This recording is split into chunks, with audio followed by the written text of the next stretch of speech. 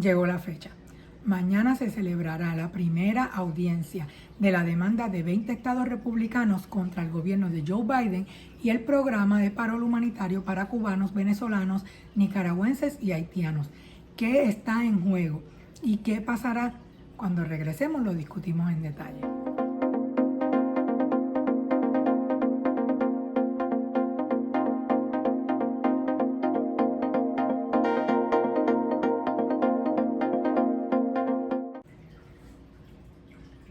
El caso sobre parol humanitario será escuchado mañana por el juez Tinton en Victoria, Texas. Muchos demócratas están pendientes de este juez porque este juez, en primer lugar, fue nombrado por el expresidente Donald Trump y fue el juez que falló en contra del gobierno de Joe Biden por las prioridades de deportación.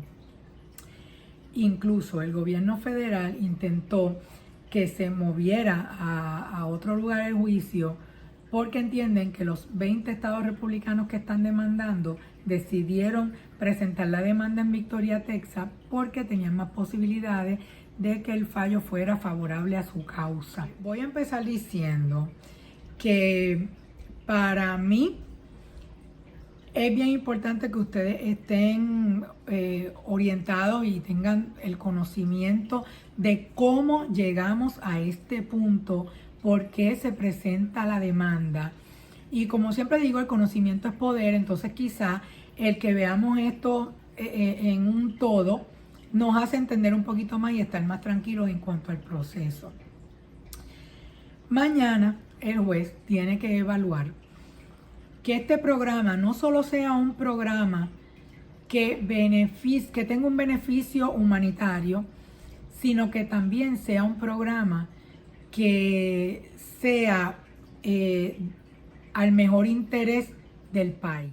Lo que los 20 estados están alegando es básicamente, o sea, para mí tienen unos argumentos, o sea, de parte y parte para mí se han ido bateando las cosas, pero sí los 20 estados tienen unos argumentos que para presentarlos como que no va en mejor interés para el país, se puede entender. Igual lo de la cuestión humanitaria. Entonces, lo primero que quería discutir con ustedes era esto. Por ejemplo, los estados están basando la demanda en la gran cantidad de personas que están llegando con el parol y que ellos no cuentan con los medios suficientes para atender las necesidades de los ciudadanos que ya vivían en esos estados y también la carga que representa a estas personas que están llegando. Yo sé que usted va a pensar y va a decir, bueno, pero es que las personas vienen con un patrocinador. Y es cierto, eso es lo que el gobierno está diciendo. Las personas llegan aquí con un patrocinador. Pero estos 20 estados alegan que hay gastos médicos, que se están sangrando las arcas del Estado, que tienen gastos en la educación, porque, por ejemplo, los niños, los menores que vienen en el parol, al patrocinador no se le obliga a darle educación privada a estos niños, así que ¿dónde van a terminar? En las escuelas del país. En esas escuelas existen programas de alimentos, como existen programas de educación especial y otros programas a los que esos niños van a poder, van a tener derecho. Y entonces eso hay que desembolsar más dinero porque ahora son más niños a los que esos programas van a estar atendiendo. También el problema de seguridad pública, que aunque entendemos unos estados más que otros, pero sí se está viendo. Por ejemplo, en Nueva York, ha traído un problema, porque unido a las personas que estaban llegando solicitando asilo, ellos, ¿verdad? El gobernador de New York ha aceptado que se ha convertido en un problema. Al igual, en otros estados hemos visto noticias de personas que han llegado y han estado... Esto, para empezar, vamos a aclarar, esto es un país de ley y orden. Por eso se está haciendo este proceso. Y cuando usted decide llegar a este país, usted tiene que estar consciente que usted ya no vive en su país y que usted tiene que adaptarse a cómo son las cosas aquí. Y eso no todas las personas que han llegado con el parol lo han entendido. Entonces, estamos aquí por muchas cosas, pero una de ellas es... Entonces, sí están tomando ayuda del gobierno. Ayudas que después en algún punto se darán cuenta al gobierno que no calificaban porque el patrocinador se tenía que encargar de esas cosas y pues le tocará al patrocinador devolver ese dinero o algo así, pero es un trámite adicional que complica las cosas cuando todo estaba establecido de una manera. Entonces, ni siquiera lo del patrocinador está calmando la queja que tienen estos 20 estados. Además, ellos alegan, y lo voy a leer por aquí, lo tenía en mis anotaciones, que la administración está usurpando el poder del Congreso al permitir que hasta 360,000 personas ingresen al año a los Estados Unidos desde Cuba, Venezuela, Nicaragua y Haití. También ellos alegan que el presidente no tiene facultad de ley para ampliar el programa de permiso humanitario, que es lo que se está haciendo con este paro. Entonces, les voy a explicar algo. Existe un permiso humanitario, eso ya existe.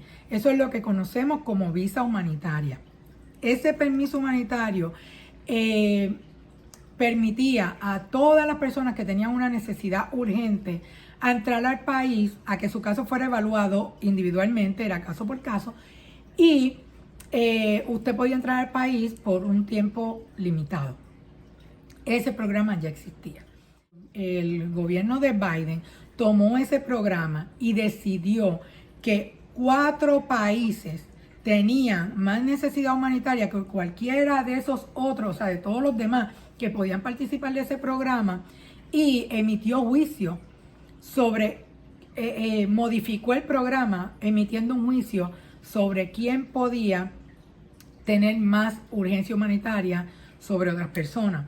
Entonces, cuando ellos dicen que el presidente no puede ampliar el permiso humanitario a su discreción, lo que ellos quieren decir es que no puedes poner un país sobre otro solo porque tú lo deseas, porque tu administración entiende que eso es así. La ley de inmigración pasó, obviamente, el sedazo del Congreso de los Estados Unidos, y si hay que modificar la ley de inmigración para incluir otros programas o para hacerle cambio a la ley existente, tiene que pasar por el Congreso, no puede ser solamente el presidente porque así lo desea. Cada caso es individual. La necesidad humanitaria de venir a los Estados Unidos debe ser evaluada por un oficial en el momento en que recibe la solicitud con toda la documentación de esa persona que está probando que tiene una emergencia. No voy a hablar ni siquiera de por qué una emergencia para un cubano, nicaragüense, venezolano o haitiano que incluso está fuera de Cuba o de Venezuela o de Nicaragua o de Haití, porque cualifica aunque no esté viviendo en ese país, tiene, y a lo mejor le digo, a lo mejor la situación que están viviendo en ese otro país donde están no se va a comparar con la que está viviendo el que está en Cuba, Nicaragua, Venezuela y Haití. Pero como yo decido que esa es la parte donde yo voy, que la parte que no me gusta del parol. Mire, un parol no puede ser una vía, para acelerar una petición familiar y usted llegar aquí en vez de usted llegar aquí con una visa. No debe ser, un parol no es eso. Entonces, hay muchas personas llegando con el parol humanitario que tienen peticiones familiares pendientes. ¿Qué hacemos con el que está en Cuba, Nicaragua, Venezuela o Haití, pero no cuenta con un patrocinador? ¿No tiene la misma necesidad que ese otro cubano, nicaragüense, haitiano y venezolano, para que no usar un país en específico y no digan que me estoy yendo por ahí? Para mí el hecho quizá de que una persona tenga a alguien en los Estados Unidos que pueda responder por él, me hace pensar, bueno, esa persona es su familiar, entonces quizás le envía ayuda. Así que esta persona que recibe ayuda, a lo mejor tiene mejor calidad de vida en su país que este otro que no tiene un familiar, ni un amigo, ni nadie en el país. Pero a este le estoy quitando la oportunidad de llegar aquí con la situación humanitaria horrible que tiene, y al otro se la doy. Entonces, para mí eso es un punto donde el hacer la diferencia no ayudó al parol. No lo ayudó. Porque con el permiso humanitario, cualquier persona que tenga una razón humanitaria puede venir. Con esto, si no tienes un patrocinador, no puedes venir. Entonces, ahí está haciendo diferencia incluso entre los miembros del mismo país, entre los ciudadanos del mismo país. Y si uno tiene una situación porque está en Cuba, Venezuela o Haití, el otro que está en Cuba, Venezuela y Haití también la tiene, porque estamos evaluando, hicimos el programa a base de la situación que se vive en ese país. Entonces debió ser más analizado para incluirlos a todos, porque están haciendo diferencia entre los miembros del mismo país. Eso es una de las cosas que yo le veo y que no me gusta del paro. Les digo, Estados Unidos no está cerrado a la inmigración humanitaria, pero si lo van a hacer, ellos lo que dicen es, ya había programas, este mismo programa de permiso humanitario, había programa para refugiados, había programa para personas con asilo que se podían utilizar. Y yo voy a decir más. Para mí, otra de las cosas que ha dañado incluso este programa del parol es que si usted a personas que le pagaron para someter una petición por un familiar, usted le tiene los casos detenidos por 3 años, por 5 años, o sea, demasiados años, hay mucho atraso en UCI. Entonces te pones a inventarte un programa que, señores, los atrasos son porque hay miles de solicitudes. Miren, yo me atrevería a decir miles de solicitudes diarias, porque es que todo el mundo de estos 4 países quiere salir. Entonces, no podías con lo que tenías y ahora le estás abonando más solicitudes, más a los oficiales de USCIS, más solicitudes que evaluar.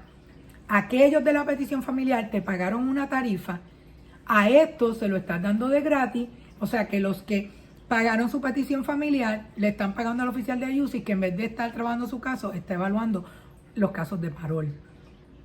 Entonces, para mí, les digo, es que desde el saque fue un poquito improvisado el programa y quizás si se hubieran cuidado un poquito más, se hubieran aliviado de tener que estar ahora pasando por esto y tener a tantas personas en vela de que se nos quitan el programa o podemos continuar. Otra cosa que están diciendo estos 20 estados, que yo entiendo que es la punta de lanza en la que se basa toda la demanda, es: si usted, gobierno, hubiera controlado la inmigración en la frontera, no hubiera tenido que inventar el programa de parol humanitario ni ningún programa, porque en la inmigración todo está escrito.